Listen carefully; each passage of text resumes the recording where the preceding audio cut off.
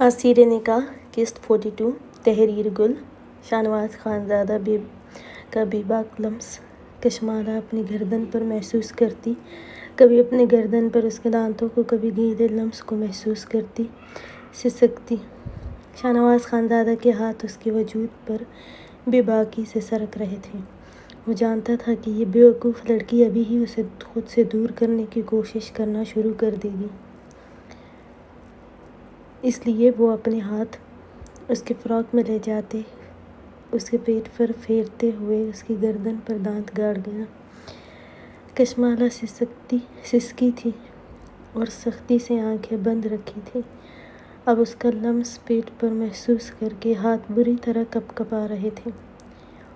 اس کی بے باکی بڑھنے لگی تھی اور یہ اس کے وجود کو کپکپانے پر مجبور کر رہی تھی۔ دل زور زور سے دھڑک رہا تھا، جس کی آواز خانزادہ کو بھی سنائی دے رہی تھی۔ اس کے ہاتھوں کی بے باکی میں لمحہ بلمحہ اضافہ ہو رہا تھا، جو وہ جان بوجھ کر رہا تھا۔ وہ اب خود بھی بے قابو ہو رہا تھا۔ خانزادہ کا ہاتھ گہرائیوں تک آیا تھا اور وہاں اپنی سختی دکھانے لگا۔ اس کی سختی سے وہ سسکتے ہوئے اس کے کندھوں کو مٹھیوں میں سختی سے جکڑ گئی تھی۔ وہ اس کو روکنا چاہتی تھی، لیکن کیسے؟ وہ ابھی ہی تو بولی تھی کہ وہ دور نہیں کرے گی اسے خود سے۔ وہ یہ بھی نہیں کہے گی۔ گھبراہٹ ہو رہی تھی، لیکن وہ بری طرح لرز رہی تھی، گھبرا رہی تھی۔ دل تھا کہ الگ اس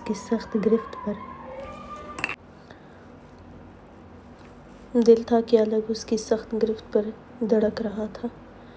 ابھی وہ اس کی گردن پر اپنا نرم گرم لمس ویسے ہی بکھیر رہا تھا۔ اسے معلوم تھا کہ اس کے وجود کی لرزاہٹ وہ اچھے سے محسوس کر رہا تھا۔ اس کے ہاتھوں کی گرفت سخت تھی، لیکن وہ پھر بھی کپکپا رہے تھے۔ شاہنواز خانزادہ کا ہاتھ اور بھی بے باکی کرتا کہ وہ کرنٹ کھا کر رکا تھا اور اس کی گردن سے سر اٹھا کر کشمالہ کو دیکھا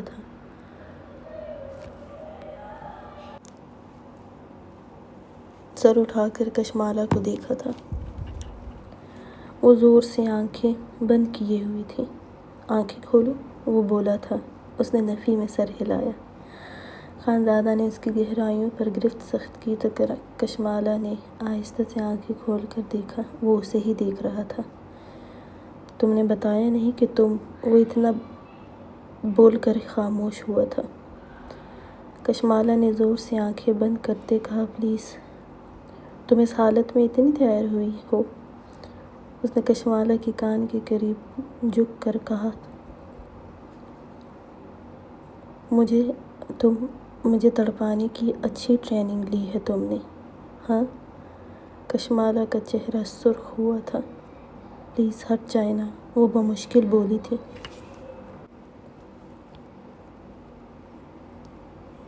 شاہنواز خانزادہ نے اس کے چہرے پر چکتے ہوئے کہا، اس کا بدلہ میں لوں گا، یاد رکھنا، یہ تڑپانا تم پر بہت بھاری پڑنے والا ہے۔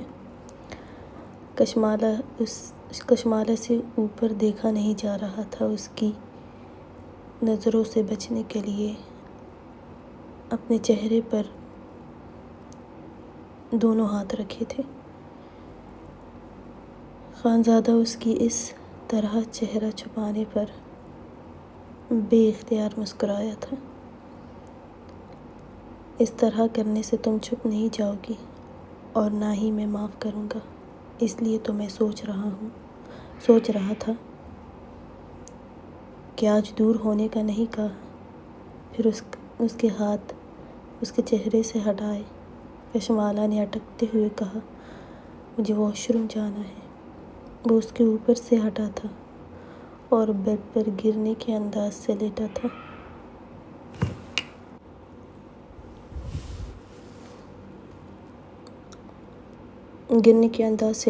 اور رخ موڑ کر کشمالہ کو دیکھا تھا۔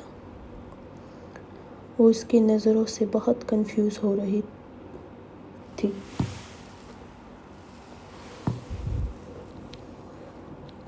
وہ پھر دل میں خوف سا ہوا کہ کہیں وہ ناراض یا غصہ تو نہیں ہوا۔ اس نے آہستہ سے اس کی طرف دیکھا تھا، وہ اسے ہی دیکھ رہا تھا، اور چہرے پر مدھم سی مسکراہٹ تھی۔ کشمالہ نے جلدی سے رخ موڑا تھا،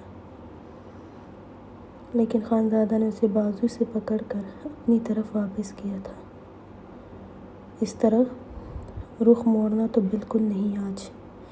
ایک تو مجھے اس حالت میں تیار ہو کر تڑپا رہی ہو، اور دوسرا اب رخ بھی موڑ رہی ہو، بہت برا کر رہی ہو میرے ساتھ، اور اس کا بدلہ ایک ہی رات میں لوں گا میری جان۔ آج اپنا ہر حق لینے کا ارادہ تھا، کیونکہ آج تم نے کہا تھا گھبراہٹ نہیں ہوتی، اور تم بہت اچھے سے برداشت کر رہی تھی،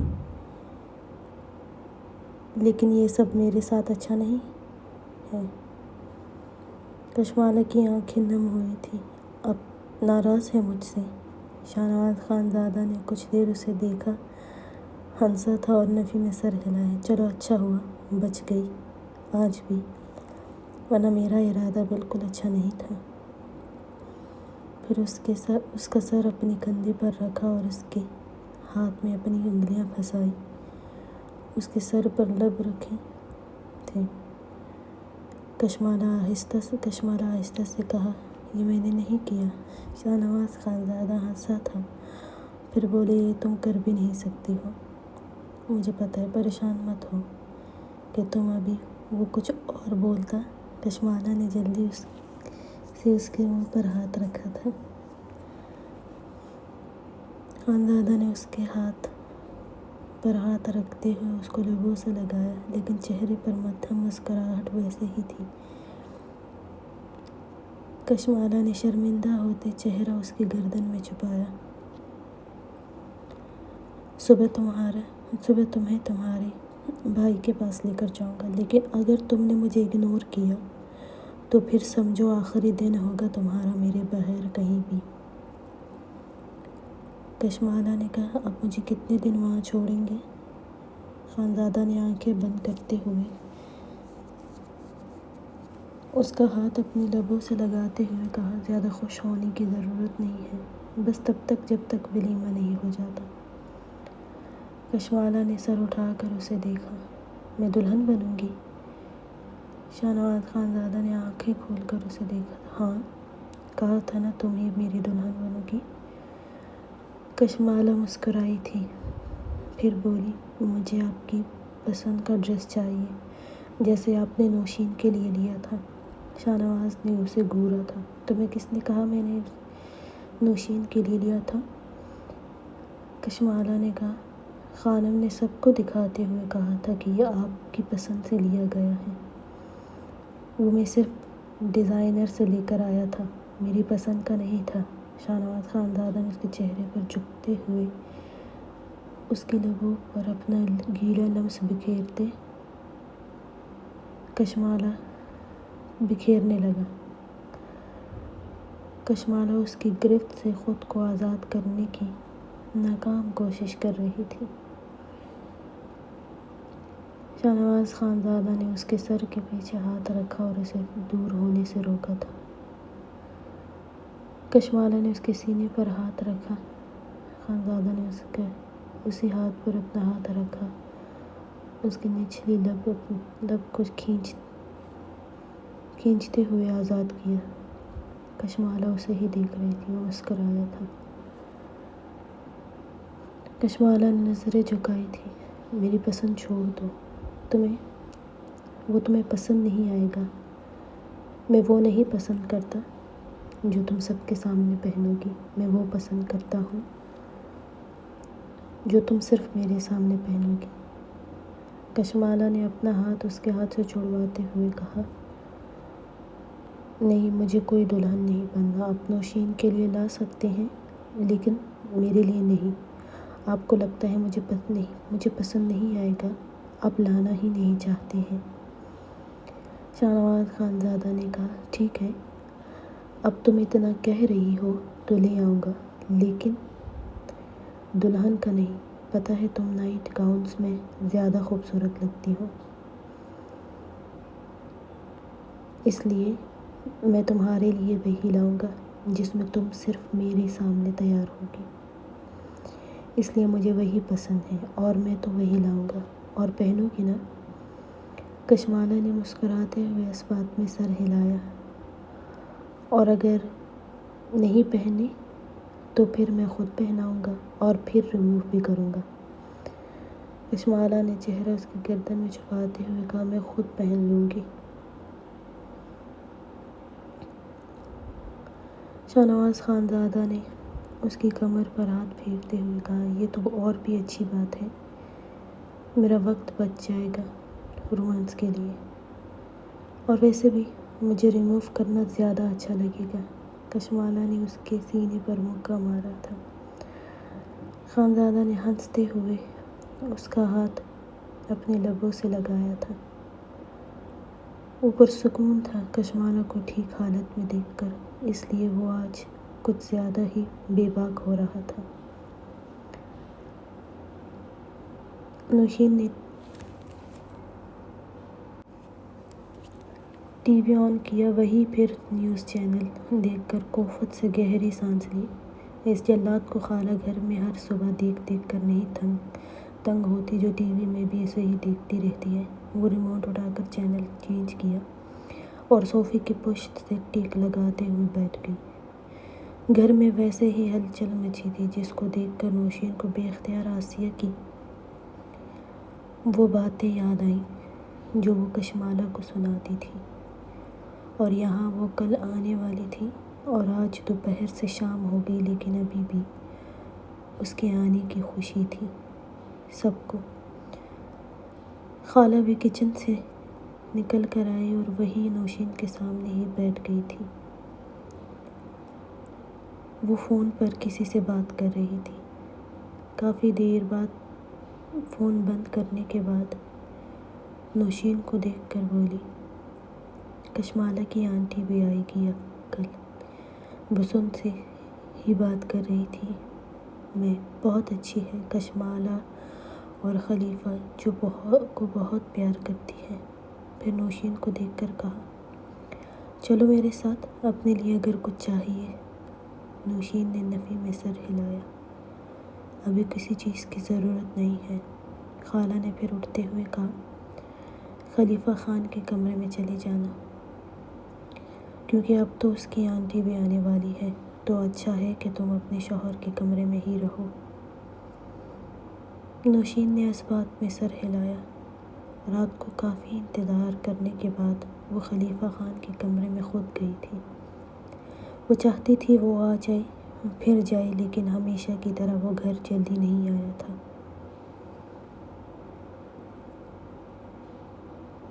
بالآخر نوشین کو سخت نیند آنے لگی تھی، اس لیے وہ اٹھی اور خلیفہ خان کے کمرے میں آ گئی تھی۔ دروازہ کھول کر اندر آئی تھی۔ کمرہ خالی تھا، لیکن لگ رہا تھا وہ ابھی ہی یہاں سے نکلا ہے۔ اس کی خوشبو ہر طرف سے آ رہی تھی۔ نوشین نے گہری سانس لی، پھر جہازی سائز بیڈ کے قریب گئی، لیکن پھر وہی بڑے صوفے کی طرف دیکھا۔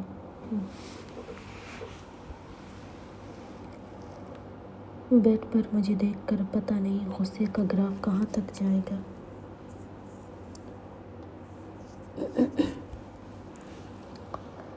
اس لیے صوفے پر لیٹ جاتی ہوں۔ وہ صوفے کی طرف آئی، وہاں بیٹھ گئی۔ لیکن اگر میں یہاں سو گئی تو پھر مجھے ہر روز ہی یہاں سونا ہوگا۔ اگر اس نے کمرے سے نکالنا ہی ہے تو ابھی کے لیے بیڈ پر ہی لیٹ جاتی ہوں۔ وہ کہتے ہی واپس بیڈ کے قریب آئی، سفید کمفرٹر ہٹایا اور بیٹھ گئی۔ اب جو ہوگا آدھی رات کو ہی ہوگا، تب تک تو آرام سے سو جاتی ہوں۔ پھر لیٹ گئی اور کمفرٹر خود پر برابر کیا۔ کمفرٹر سے بھی اس کی ہی خوشبو آ رہی تھی۔ لائٹس وہ ساری بند کر چکی تھی، لگتا ہے سارے کمرے میں اور خود پر ایک ہی پرفیوم استعمال کرتا ہے۔ وہ بڑبڑائی تھی۔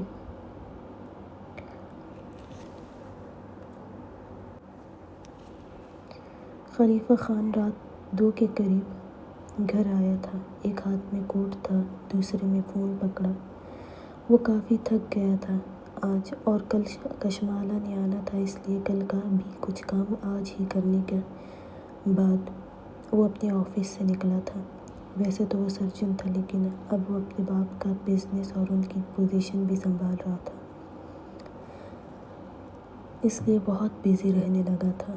اس کا دل کر رہا تھا کہ جا کر آرام سے بیٹھ کر کافی لے اور پھر آرام سے سو جائے، لیکن جاتے جاتے ہی کہا، نہیں، کافی کو رہنے دیتے ہیں، سو جاتے ہیں۔ صبح کشمالہ آنے والی ہے، تاکہ فریش رہے، وہ سوچتا ہوا کمرے میں آیا۔ کمرے کی لائٹس بند تھی، بہت مدھم سی روشنی تھی۔ وہ شرٹ کے بٹن کھولتا ہوا آستین بھی کھول کر کوٹ صوفے کی طرف اچھالا، فون بھی کسی طرف رکھ کر سیدھا بیڈ کی طرف بڑھا اور گرنے کے انداز سے بیڈ پر لیٹا تھا۔ لیکن جیسے ہی وہ لیٹا، ایک زوردار چیخ کی آواز کمرے میں گونجی تھی۔ وہ جو آرام کی غرض سے لیٹا تھا، آنکھیں بھی بند تھیں، وجود بھی ڈھیلا چھوڑا تھا، اس زوردار چیخ نے اسے ہوش میں لایا تھا۔ وہ ہڑبڑا کر جلدی سے واپس اٹھا تھا اور لائٹ آن کی تو کمرے میں ایک دم روشنی پھیل گئی تھی۔ اس نے بیڈ کی طرف دیکھا۔ نوشین بیٹھی روتے ہوئے اپنے پیٹ پر ہاتھ رکھے بمشکل سانس لے رہی تھی، بے حد رو رہی تھی۔ وہ حیران ہوا تھا اسے اپنے بیڈ پر دیکھ کر۔ اس کے ماتھے پر بل پڑے۔ نوشین نے سسکتے ہوئے بمشکل کمفرٹر ہٹایا تھا۔ وہ اٹھنا چاہ رہی تھی اس کے بیڈ سے۔ وہ شدت سے تڑپ کر روتے ہوئے دیکھ کر جلدی سے اس کے قریب آیا تھا۔ کیا ہوا؟ وہ بھاری آواز میں پوچھتے ہوئے اسے دیکھا تھا۔ وہ شدید روتے ہوئے بمشکل بولی، پیٹ درد۔ وہ بس اتنا ہی بول پائی تھی۔ خلیفہ خان نے لب بھینچتے ہوئے اس کے پیٹ پر سے نوشین کے ہاتھ ہٹاتے ہوئے وہاں ہاتھ پھیرا تھا، چیک کرنے کے لیے کہ کیا یہاں درد ہو رہا ہے۔ نوشین نے زور سے آنکھیں بند کرتے ہوئے اس بات میں سر ہلایا۔ وہ اس کے اس طرح رونے سے اسے اندازہ ہوا تھا کہ اسے بہت درد ہو رہا تھا، اور دوسرا اسے اپنے اتنے بڑے اور بھاری وجود کا بھی اندازہ تھا۔ خلیفہ خان نے اس کے پیٹ پر تھوڑا سا دباؤ دیا۔ وہ تڑپ کر اس کے ہاتھ پر ہاتھ رکھتے ہٹانے لگی، کراہتے ہوئے بولی، درد ہو رہا ہے۔ اس نے لب بھینچ کر اسے دیکھا تھا، لیکن ہاتھ نہیں ہٹایا تھا۔ نوشین بار بار اس کے ہاتھ ہٹانے کی کوشش کر رہی تھی، اور یہ بات اسے بہت بری لگی تھی، اس لیے لب بھینچتے کہا، ہٹاؤ اپنے ہاتھ۔ لہجہ تھوڑا سخت تھا، اس لیے نوشین نے ہاتھ ہٹایا۔ خلیفہ خان نے ایک اور تکیہ اٹھا کر اس کے سر اٹھایا اور اس کی کمر تک رکھا، پھر اسے واپس لٹایا۔ ایسے ہی رہو، وہ پھر بھاری آواز میں بولا، اور کمفرٹر ہٹا کر اس کی ٹانگیں فولڈ کی تھی۔ اس پر واپس کمفرٹر ڈال کر اس کے پاس ہی بیٹھ گیا اور اس کے پیٹ پر ہلکے ہاتھ سے مساج کرنے لگا تھا۔ ایک نظر اس کے سرخ چہرے کو دیکھا، کیا سانس ٹھیک سے لے رہی ہو؟ نوشین نے اس بات میں سر ہلایا تھا۔ شروع میں بند ہوا تھا، اب ٹھیک ہے، وہ آہستہ سے سو سو کرتے ہوئے بولی تھی، لیکن پیٹ میں بہت درد ہے۔ وہ بھاری آواز میں بولا، پاؤں ایسے ہی رکھو، اس سے پٹے ڈھیلے پڑتے ہیں اور درد میں کمی ہوتی ہے۔ نوشین نے پاس پڑے ٹیشو باکس سے ٹیشو لیتے ہوئے اس بات میں سر ہلایا۔ وہ خود بیٹھا اس کے پیٹ پر مساج کر رہا تھا۔ کچھ دیر بعد بولا، کیا کچھ کمی ہوئی درد میں؟ نوشین نے بنا آنکھیں کھولے اس بات میں سر ہلایا تھا۔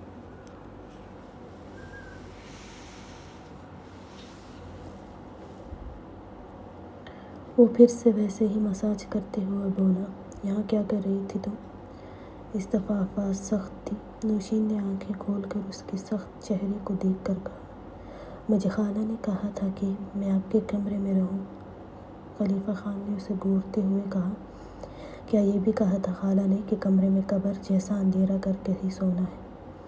نوشین نے نفی میں سر ہلایا، مجھے نیند نہیں آتی اس لیے اندھیرا کیا تھا۔ وہ لائٹ تو آن تھی۔ وہ دروازے کے قریب لگی لائٹ کی طرف اشارہ کرتے ہوئے بولی تھی۔ خلیفہ خان نے کہا، کوئی ضرورت نہیں یہاں رہنے کی، اپنے کمرے میں رہو۔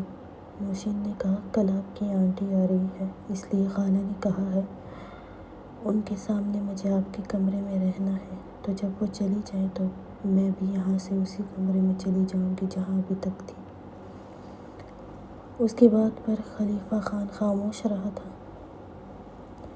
کچھ دیر اور اس کے پیٹ پر مساج کرنے کے بعد پوچھا، اب درد ہو رہا ہے؟ نوشین نے نفی میں سر ہلایا۔ خلیفہ خان اٹھا اور اسٹڈی روم میں گیا، وہاں سے پین کلر لا کر اس کے ساتھ ٹیبل پر رکھی اور کہا، یہ کھا لینا تاکہ درد اگر اندرونی بھی ہوگا تو ٹھیک ہو جائے گا، اور اگر نہیں ٹھیک ہوتا یا پھر سے شروع ہوا تو مجھے بتا دینا۔ نوشین نے اس کے سخت چہرے کو دیکھ کر اثبات میں سر ہلایا۔ خلیفہ خان اپنی شرٹ کے بٹن کھول کر واپس اسٹڈی روم میں گیا تھا۔ وہاں دروازہ بند نہیں کیا تھا کیونکہ اگر نوشین کو اسے درد ہونے کی وجہ سے بلانا پڑے تو وہ آرام سے آ جائے گی۔ اسٹڈی روم میں ٹیبل کے سامنے کرسی پر بیٹھا اور گہری سانس لی۔ بہت سخت نیند آئی تھی اسے، لیکن اب تو نیند میں اچھا خاصا خلل پڑ گیا تھا، تو غصہ تو بہت آ رہا تھا، لیکن پھر اس کا تڑپ کر رونا یاد آیا تو سر جھٹک کر اپنا لیپ ٹاپ آن کیا کہ اگر سونا نہیں ہے تو کچھ کام ہی کر لیا جائے، اور پھر وہ اپنے کام میں مصروف ہوا تھا۔ نوشین بھی پین کلر لینے کے بعد پیٹ میں اب بھی درد تھا لیکن کچھ کم ہوا تھا اس کے مساج سے۔ صبح 9 بجے نوشین کی آنکھ کھلی تھی۔ کمرے میں ایسا ہی اندھیرا تھا، اس لیے لگ رہا ابھی ہی صبح ہوئی ہو۔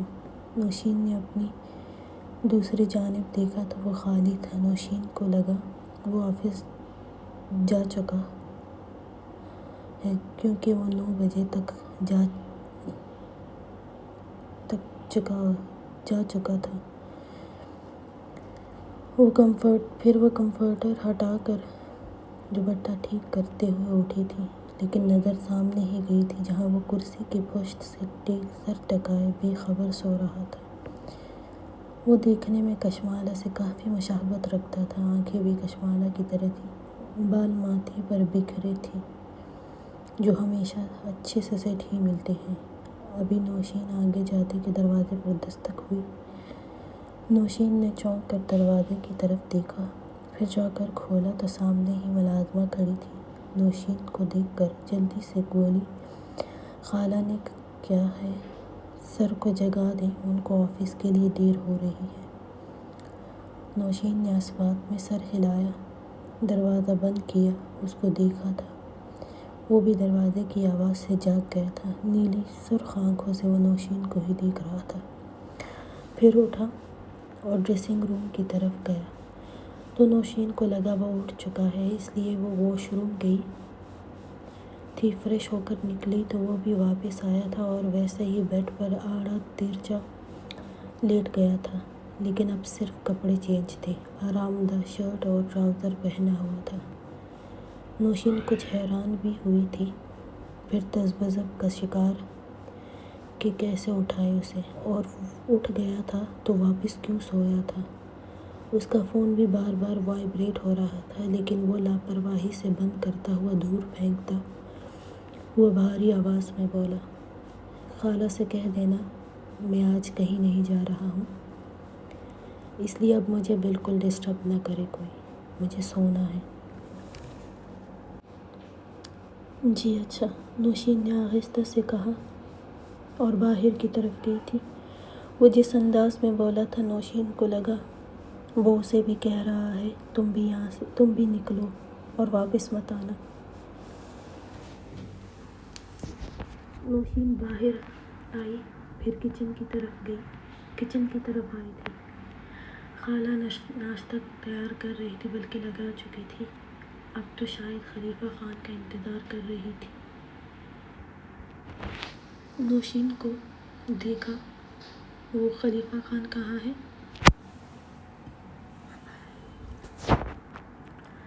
نوشین نے کہا وہ کہہ رہے ہیں ان کو آج کہیں نہیں جانا، اس لیے ان کو کوئی ڈسٹرب نہ کرے، ان کو سونا ہے۔ اچھا، مجھے لگتا ہے کشمالہ کے آنے کی وجہ سے وہ آج نہیں جا رہا۔ چلو اچھا ہے، آرام کر لیں، جب سے بڑے خان گئے ہیں آج ہی نہیں جا رہا، ورنہ رات کو بھی نہ آنے کی خبر ہوتی تھی۔ یہ ناشتہ بھی میں ناراض رہنے لگی کچھ وقت تو اس کے لیے رک جاتا ہے، ورنہ یہ بھی چھوڑ دیا تھا اس نے۔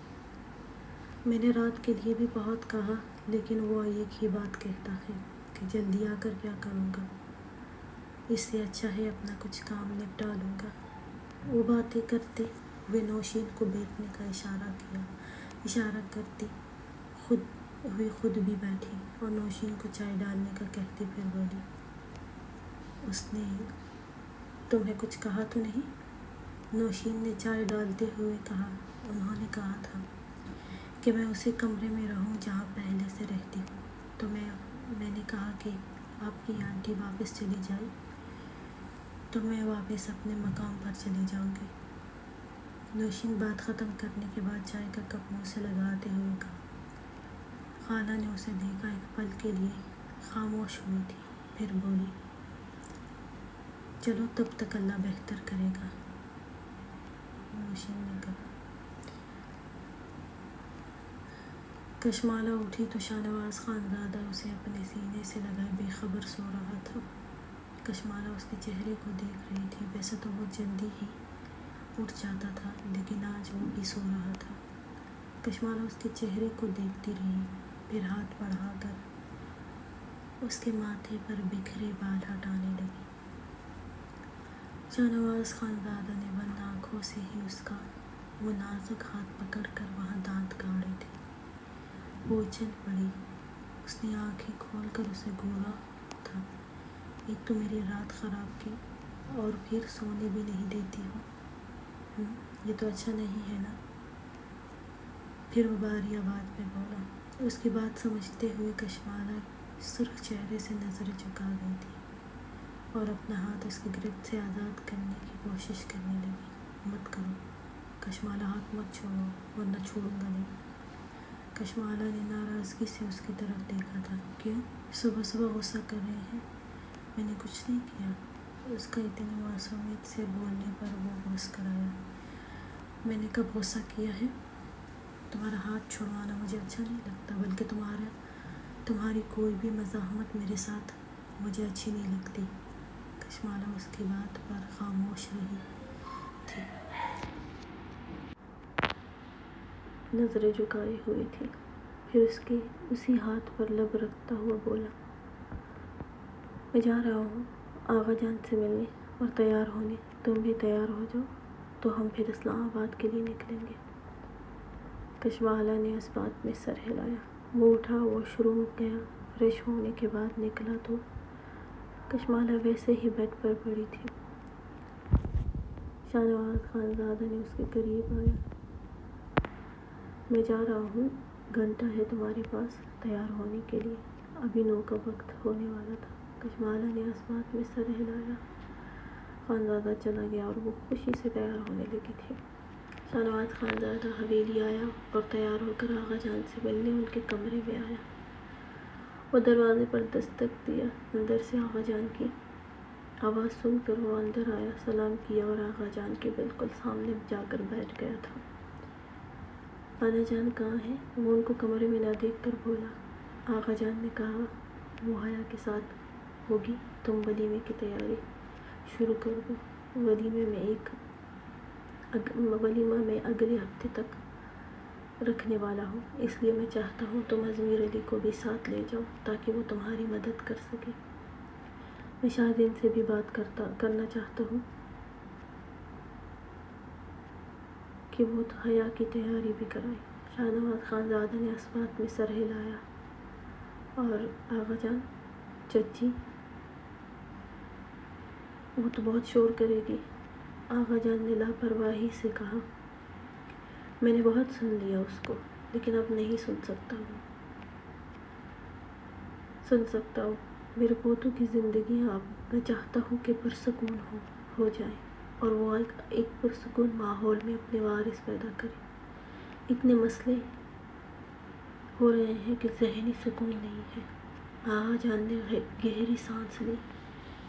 ایک دن آسیہ بھی سمجھ جائے گی۔ بس تمہیں یہ بتانا تھا۔ اب اگر جا رہے ہو تو تیاری بھی کر لینا، اور جگہ کبھی انتخاب کرنا ہے وہ میں خانم سے بات کرنے کے بعد بتاؤں گا۔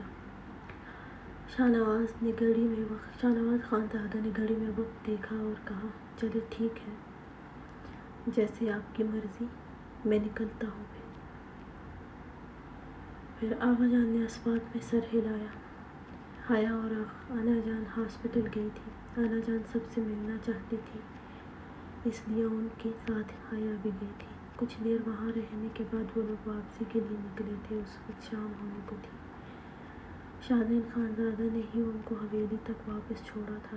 آغا جان نے حیا اور شاہدین کو کھانے کے دوران ہی بتایا، شاہدین تم بھی ہاسپٹل سے کچھ دن کے لیے چھٹی کرو اور حیا کو لے جاؤ۔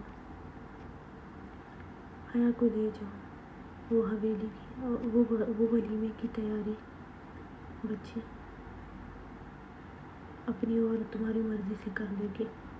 شادی بھی سادگی سے ہوئی تھی، اس لیے میں چاہتا ہوں کہ اپنے ولیمے میں ساری تیاری اپنی مرضی سے کرے۔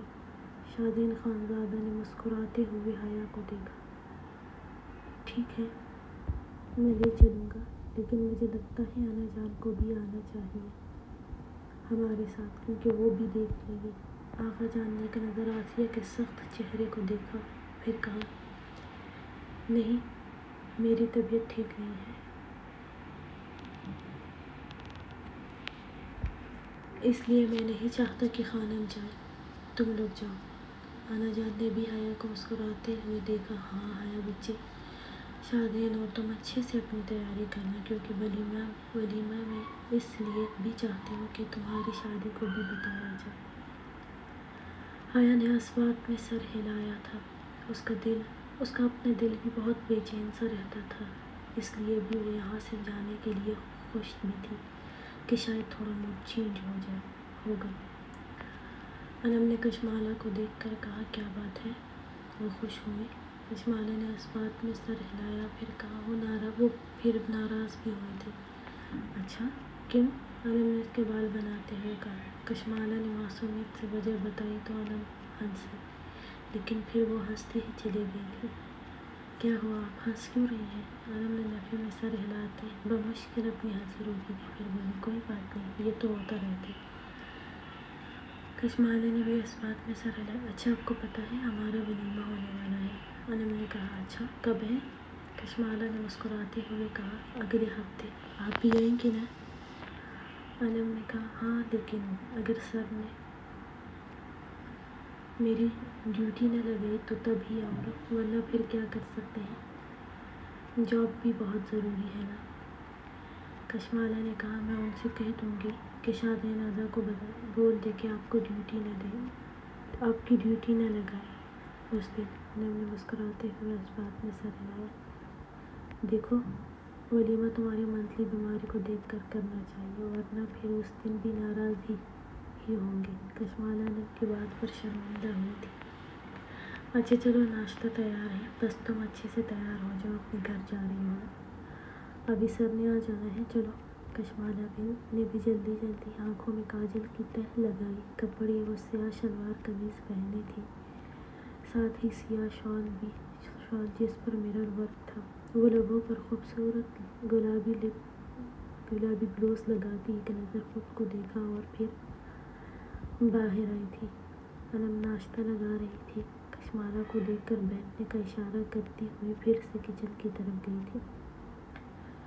کشمالہ بیٹھی اور ناشتہ کرنے لگی۔ انم بھی آئی اور اس کے ساتھ ہی بیٹھ گئی۔